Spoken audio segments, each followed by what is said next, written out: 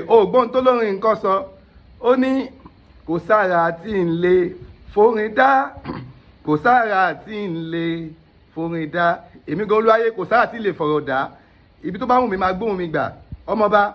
tó wáyé pé ẹ̀yin kánjú ẹ kàn fi ṣóì ẹ fi sí favourite àbí kẹ́ ẹ save ẹ̀ síbì kan ẹ padà bọ̀ wá wò ó torí ṣóì máa long gan ọ̀rọ̀ tí mo fẹ́ sọ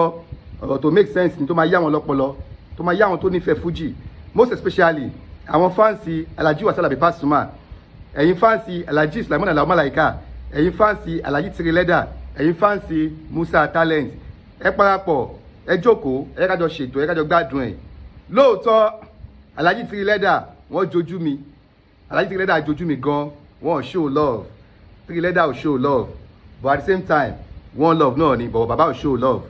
bó ṣe wà nìyẹn ẹ má gbàgbé ọ̀rọ̀ slogan Liverpool tó sọ pé kí ni ó ní never walk alone ẹ má gbàgbé slogan NURTW àtàwọn ọmọ onímọ́tò tó ní chop alone die alone Alhaji Tiri Leather show love but àwa worry tó bá ti bẹ sọ kó gbọ́ wọ́n ti bá wa sọ àti gbọ́ àti kó máa lọ bẹ́ẹ̀ kó máa yẹ kó lọ olúwa ní ṣọlá but àwa nítorí yẹn kárò tọrọ ká má sọ ní títorí yẹn kárò tọrọ ká má ṣe kí ni ká má sọ show love show love ọwọ́ Ọlọ́run ló wà tó bá sọ pé Stardom Promotion ó kéré lójú tiẹ̀ alára ló ń gbéraga àwọn òwọ́rì àní sọ̀rọ̀ jù má sọ̀rọ̀ jù pàṣọ so nǹkan kan ṣẹlẹ̀ lórí stage fídíò tẹ́ ń wò lókè yìí Alhaji gẹ́gẹ́ bí òye tèmi Alhaji Musa Talent ló organize show yìí ìgbà tí mo rí flyer show yìí inú mi dùn gan pé Musa Talent náà ó fẹ́ gbìyànjú láti kúrò ní ìsàlẹ̀ Èkó wọ Ìbàdàn bó lè jẹ́ kí young artist most especially rising star bó lè jẹ́ kó máa gbìyànjú nìyẹn kó lè máa ranra wọn ní ọwọ́ but kí n tó sọ̀rọ̀ n tó wà nínú mi kí n tó sọ jáde ẹ ká kọjọ wo fídíò yìí náà fídíò yìí máa long ẹ ṣáà ní sùúrù ẹ fẹ́ balẹ̀ gbọ́ mi lọ fẹ́ kẹ́ fi làkàyè gbé ẹ má fi tí ọ̀tẹ̀ gbọ́ ẹ má bá mi bọ̀ ẹ ká wo nǹkan tó ṣẹlẹ̀ lókè náà ẹ máa wò kè káàbọ̀ wọ́n lè èkó máa kára oko wàá ṣeré Tiri Leather ọmọ Ìbàdàn kì í ṣe ẹrú ẹnìkan kan jẹ́ kó mọ̀ Tiri Leather yẹ kí Musa Talent mọ́lẹ̀ sẹ́kẹsẹ̀ pé aláyé kò yẹ kó máa lọ bẹ́ẹ̀.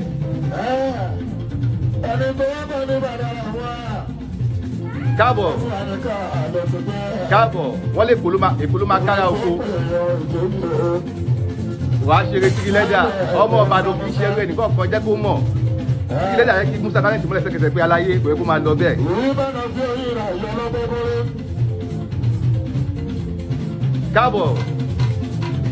káàbọ̀ wọ́n lè èkó máa kára oko wàá ṣeré Tiri Leather ọmọ Ìbàdàn kì í ṣe ẹrú ẹnìkan kan jẹ́ kó mọ̀ Tiri Leather yẹ kí Musa Talent mọ́lẹ̀ sẹ́kẹsẹ̀ pé aláyé kò yẹ kó máa lọ bẹ́ẹ̀.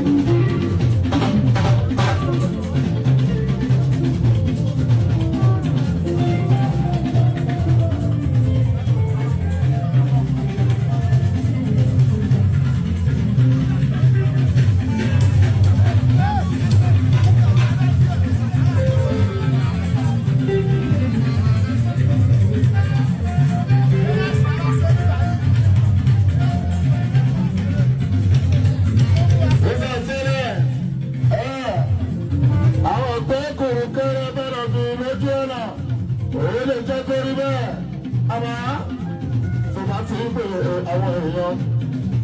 mo bá ti pàdájì ìpàdé ìbínú jẹ́ mo bá ti pèta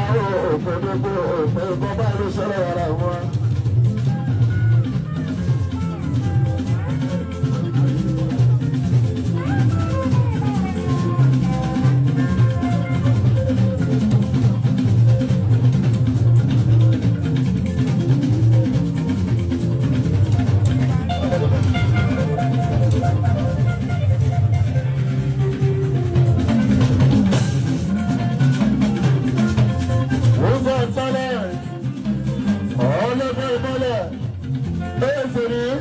Welcome back from Cairo.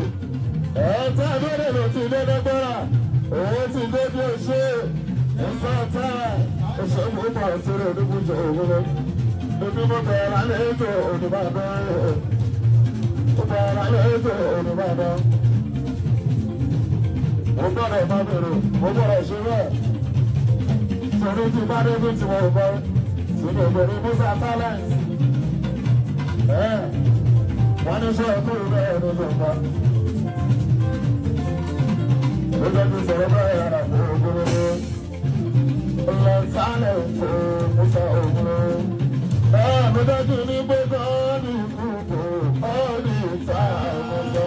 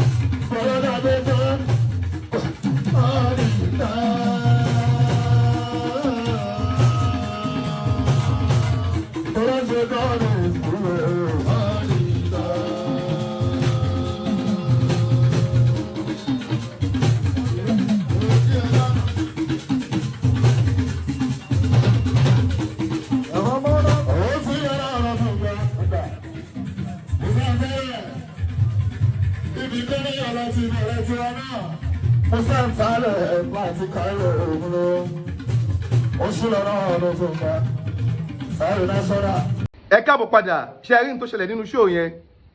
Tẹ́ bá wo facial expression Tìrìlẹ́dà ń bẹ, Tìrìlẹ́dà ń bínú. Nǹkan kan ti ṣẹlẹ̀ tó ń bí Tìrìlẹ́dà nú ń bẹ yẹn, bọ̀ Tìrìlẹ́dà ò lè mú kinní yẹn mọ́ra gẹ́gẹ́ bí àgbàlagbà torí ẹ̀ pé Tìrìlẹ́dà kò ń ṣe ẹni tó múyàn sínú. Ìròyìn tí Tìrìlẹ́dà jẹ́ bó ṣe rí yẹn á jẹ́ pé ẹni tó nínú fùfù tó bá sáré bínú tá tán lọ́kùn lẹ́sẹ̀kẹsẹ̀. Tó bá yẹ pé irú Pasuma ní kinní yẹn ṣẹlẹ̀ sí Pasuma ò ní tákù ẹnìyẹn, kò ní jẹ́ kẹ́ni yẹn mọ́ lẹ́sẹ̀kẹsẹ̀ lórí stage yẹn. Alhaji kọ́ lè gbójú pé wo ó ti wá bẹ́ẹ̀ nìyẹn. Wọ́n lè bá nìyẹn ṣe irú show yẹn mọ́jọ́ mi. Bọ̀ bí Tìrìlẹ́dà ṣe yẹn bó ṣe express feelings bó jẹ́ kó mọ́ lẹ́sẹ̀kẹsẹ̀ pé aláyé ó fọ́kọ̀ ọ̀pọ̀ kì í ṣe bẹ́ẹ̀. Ó ti tán sínú Tìrìlẹ́dà lẹ́sẹ̀kẹsẹ̀ lórí stage yẹn nìyẹn. Ó wá lè polo stage káwọn manager ló máa kùn sí létí pé àbọ̀bọ̀ yẹn fọ́n bùrẹ́ kó ṣe bẹ́ẹ̀ náà kọ́ ló máa pẹ́ ṣàmọ̀ ìwà àwa èèyàn séèyàn. Ó wá lè polo stage káwọn ọ̀rẹ́ Tìrìlẹ́dà kan máa kùn sí létí pé àbọ̀bọ̀ yẹn fọ́kọ̀ má bàa ṣe rí ẹ̀ mọ̀. Ó wá lè kúrò lórí stage káwọn ọmọọṣẹ́ ní pé ọ̀gá pé ká ṣe show yẹn kí bọ́bọ́ yẹn tó dé ọ̀gọ́ bẹ́ẹ̀ yẹn o. But táwa fi dá Tìrìlẹ́dà nìkan lórí stage yẹn ó ti tán nínú Tìrìlẹ́dà bẹ́ẹ̀ mi ṣe rí di Tìrìlẹ́dà sí nìyẹn. Kí ló ṣẹlẹ̀ lórí stage yẹn kí wá narrate fún yín? Musa Talent ló organize show yẹn mo ye sọ ń bẹ̀rẹ̀ pé Musa Talent ló organize show yẹn welcome back from Cairo ó lọ Egypt ó dé ó fẹ́ fún opportunity yẹn náà penetrate nínú Ìbàdàn báwọn ọ̀gá àwọn ṣẹ̀ṣẹ̀ bá Màláíkà Pasuma bọ́yì ṣe bọ́yì wọnú Ìbàdàn nìyẹn ní early 90s so tó náà bá lo style yẹn ó dáa bẹ́ẹ̀ ṣùgbọ́n Musa Talent ó jẹ́ nìkan tó yẹ pé ó ní ego Musa Talent ní ego Alhaji Tìrìlẹ́dà náà ní ego ó yà yín lẹ́nu gbogbo ní Fuji pàápàá ló ní ego èmi gan fúnra mi mo ní ṣe kíni mo ní ego but ibi tá bá ti ń lo ego yẹn ọ̀tọ̀ọ̀tọ̀ ni ibi tó ń ga ti ń lo ego tiẹ̀ ọ̀tọ̀ọ̀tọ̀ ni kò so ní Fuji tí ó ní ego mo ti invest sínú Fuji dáadáa mo ti ṣe promotion fún eléré tí mo fowó mi ń gba jump fún wọn tí màá fowó mi organize jump mo ti ṣe record fún eléré méjì kò so ní Fuji náà ó jẹ́ upcoming ó jẹ́ rising star ó jẹ́ superstar ni gbogbo wọn tá ló ní ego ó kàn ní bó ṣe máa ń lo style tó fi ń lo ego wọn ọ̀tọ̀ọ̀tọ̀ tó máa ń lò sí ọ̀tọ̀ọ̀tọ̀ ni so bó ṣe jẹ́ nìyẹn kí ló wá ṣe lórí stage yẹn Musa Talent ló organize show mo yẹ sọ irú show bẹ́ẹ̀ yẹn mo ti ṣe irú ẹ̀ kan rí Musa Talent gẹ́gẹ́ bí àlejò tó ń bọ̀ láti kó wá play nìbàdàn ló yẹ kó kọ́kọ́ play ní show yẹn kì í ṣe Tìrìlẹ́dà ló máa kọ́kọ́ play torí pé Tìrìlẹ́dà ti play role tiẹ̀ kí ni role Tìrìlẹ́dà ṣe rí ẹjọ́ bá yẹ pé tó ti organize show rí nǹkan tó fẹ́ sọ yá yé bóyá jẹ́ pé Tìrìlẹ́dà bó ti sọ pé òun náà ní ego yẹn ó ti gbé ego ẹ̀ wálẹ̀ Tìrìlẹ́dà gbé ego ẹ̀ wálẹ̀ kí ló mú Tìrìlẹ́dà gbé ego ẹ̀ wálẹ̀ ni pé torí Alhaji Sulaiman Alao Malaika torí ìfẹ́ tó wà láàrin Malaika àti ìfẹ́ tó wà láàrin Pasuma ló mú Tìrìlẹ́dà ṣe kíni ló mú Tìrìlẹ́dà gbé ego ẹ̀ wálẹ̀ pé ọmọ yìí náà jẹ́ kí mi náà support ẹ̀ kí ló mú Tìrìlẹ́dà gbé ego ẹ̀ wálẹ̀ torí pé Tìrìlẹ́dà náà fẹ́ kí young artist kó dìde lẹ́yìn òun ló ṣe gbé ego ẹ̀ wálẹ̀ fún Musa Talent so Musa Talent wá lu ọmọ Èkó pé ọmọ Èkó náà egun ńlá tó ń kẹ́yìn ìgbàlẹ̀ ó nọ́mà ẹni tí ó bá já mọ́ sọ mú kòwé kan pé Èkó ló máa kọ́ ọmọ oko ẹni tí ó bá ti jábọ́ máa ń lò fún wọn nìyẹn so ó nọ́mà kí Musa Talent tètè dé show yẹn olú yẹ kó kọ́kọ́ play Musa Talent yẹ kó kọ́kọ́ play kí Tìrìlẹ́dà tó play torí pé Tìrìlẹ́dà ti play role tiẹ̀ ṣe kí ẹ o Tìrìlẹ́dà ti kí ni role Tìrìlẹ́dà tó play ni pé tó bá máa organize show bẹ́ẹ̀ yẹn Tìrìlẹ́dà ló wà n'Íbàdàn ó fẹ́ lo influence Musa fẹ́ lo Talent fẹ́ lo influence Tìrìlẹ́dà n'Íbàdàn lóòótọ́ Musa Talent ń kọrin o tó bá sọ pé nínú àwọn mẹ́ntì Sulaiman Alao Malaika Alhaji Sulaiman Alao Malaika nínú àwọn mẹ́ntì ẹ̀ nínú àwọn protege Sulaiman Alao Malaika Musa Talent ò lè mú number 3 nínú wọn. Musa Talent ò lè mú number 3 nínú wọn. He is a very talented musician. Musa Talent is a very talented musician tó ní future tó ní promising future. I am telling you mo lè sọ yẹn 100 Musa Talent ó good but tòun ti bóyá good tó yẹn náà òun lọ àlejò tó fẹ́ introduce sáwọn Fuji lovers nìbàdàn sáwọn fans nìbàdàn so òun ló yẹ kọ́kọ́ play kí Trileda tó play torí pé Trileda ti play role tiẹ̀ mú tó tẹnumọ́ lẹ́ẹ̀kan sí kí ni role Trileda yẹn jẹ́ wájà yín sí òun ni pé Trileda gẹ́gẹ́ bí tó ní fans ẹ bá wo bẹ̀yẹn yẹn wà crowded ó full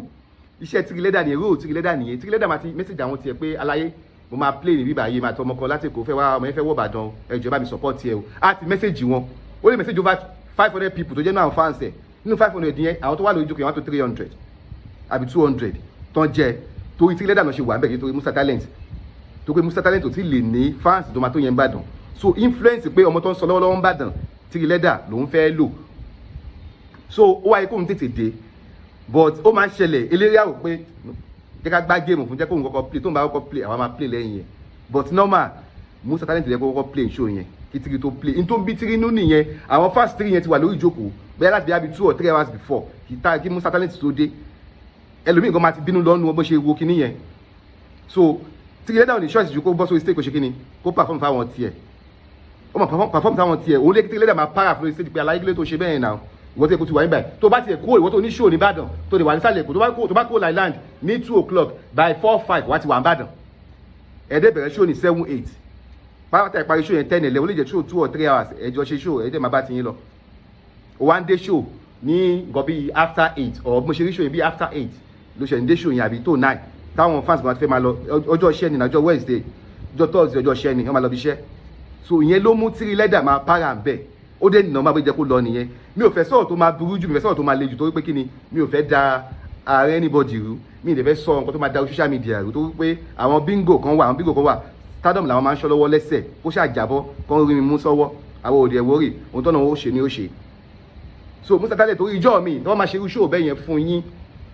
ẹ tètè dé show yẹn then try and apologize to Alhaji Trileda o torí pé lẹ́yìn tí Trileda bá kúrò stage àwọn kan máa pe Trileda pé bàbá yẹn fọ́nbù náà ṣó fi ẹ́ pa ni ṣó ṣe kinní kan ni ṣó wọ́n Trileda náà wá kéré ni àwọn kan wà bẹ́ẹ̀ wọ́n máa sọ fún Trileda bẹ́ẹ̀ tó lè padà change mind kó má di pé ẹ máa fẹ́ ṣe irú ẹ̀ ń jọ mi kò ní wáyé torí àwọn tó máa ti lọ kùn sí Trileda létí èèyàn lèèyàn máa jẹ́ so Musa Talent I am just trying to call your attention. I don't know you. I have never met you before. I have never discussed with you one-on-one before. So I am using this medium to appeal to you. Try and call Trileda one-on-one. Kó má ṣe anybody ń bẹ̀. Aláyé mi mo bá ṣe ń jọ ń pera yín but aláyé ẹ má bínú nǹkan báyìí ló ṣẹlẹ̀ lóòótọ́ ti sọ orí stage yẹn pé mọ́tò ṣe kinní kan kankan bẹ́ẹ̀ yẹn ni gbogbo ẹ̀ náà na format tó bá ti kúrò lẹ́kọ̀ọ́ kò sí kan tó lè ṣe mọ́tò láyé bá kúrò lẹ́kọ̀ọ́ 2 wà á dé Ìbàdàn yẹn by 5-6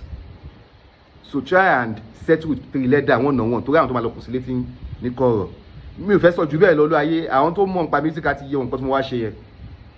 kó má bàjẹ́ ni mo wá ṣe o tàbádẹ́ ẹni bá dẹ̀ bọ́ta pé ayé sọ báyìí Ọ̀yọ́ lẹ́wà I'm less concerned